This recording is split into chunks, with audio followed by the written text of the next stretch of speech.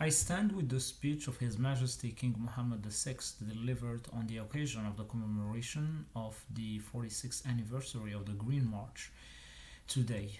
His Majesty reaffirmed the importance of cooperation between the Kingdom of Morocco and the United Nations and between the Kingdom of Morocco and the different administrations in place in the United States, in reference to the incumbent one and the one preceding it.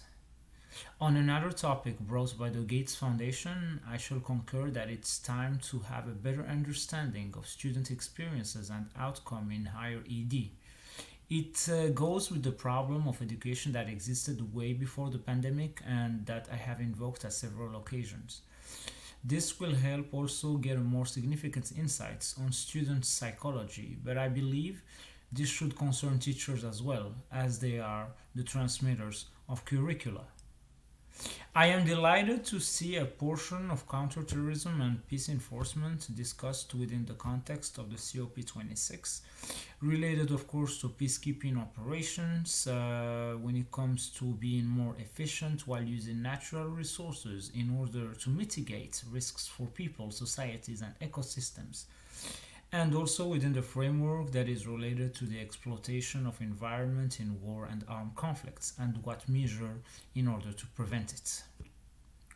I will be very delighted to join Prince Harry, Duke of Sussex, and Wired for the discussion on the Internet Lie Machine. I am very anxious to see the conversation covering a vast array of issues related to the infodemic.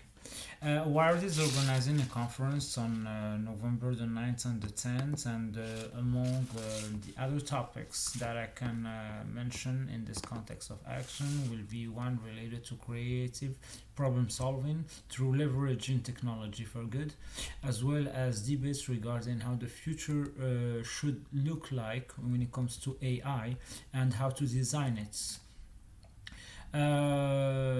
Speaking through to bias algorithms, also another subject that could be mentioned.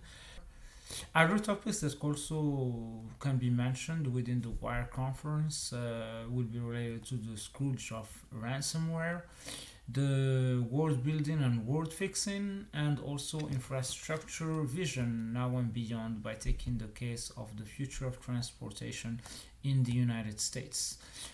There will be a part also in this conference related to the pandemic, covering the mRNA revolution, COVID 19 and beyond. But that's a topic that I have already been speaking about on my podcast on October the 5th.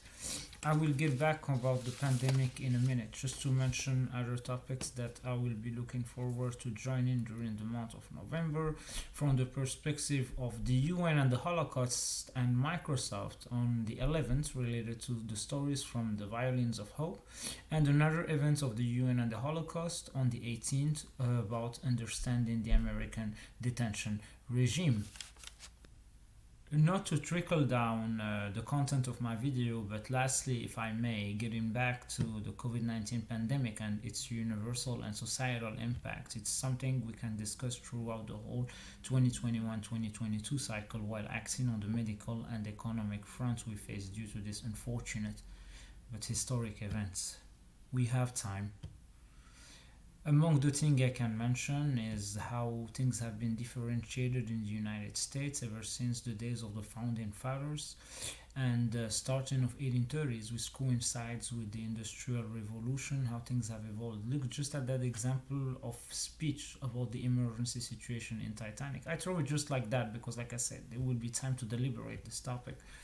When the ship is sinking and the guy says in the movie, it's a property of the White Star Line, caring just about the damages that have been done by passengers while there is a bigger situation to take care of. Or the situation of John Jacob Astor IV and Benjamin Guggenheim basically enjoying their brandy and cigars before the catastrophe occurring. So, not to relate that everything is going like that in the United States ever since. We had the crash of 1929 that have been dealt with.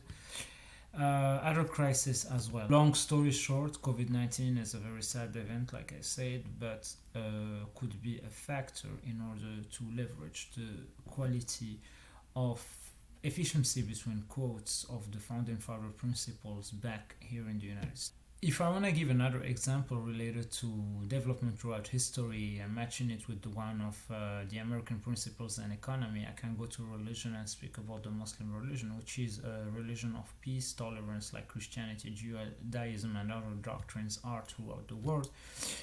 But just to give an example that is showing the same domino effect of the things that have been deliberated while speaking about the United States a moment ago. Islam have been developed after Prophet Muhammad with the Rashidun Caliphate, with Abu Bakr as-Siddiq, Umar ibn al-Khattab, Uthman ibn Affan, Ali ibn Abi Talib. But we start seeing things changing throughout the Umayyad Caliphate. Now today the problem is the fact that things have been derivated and could have caused harm to Islam throughout all this time. So what I'm saying, to get back to that topic of the United States, is we have seen the same thing that have led people to speak like the guy in the Titanic, and you can see that on every almost day-to-day action. So it's a very big topic. This is just a preamble about it. I hope you can meditate about it during this weekend. If you would, thank you.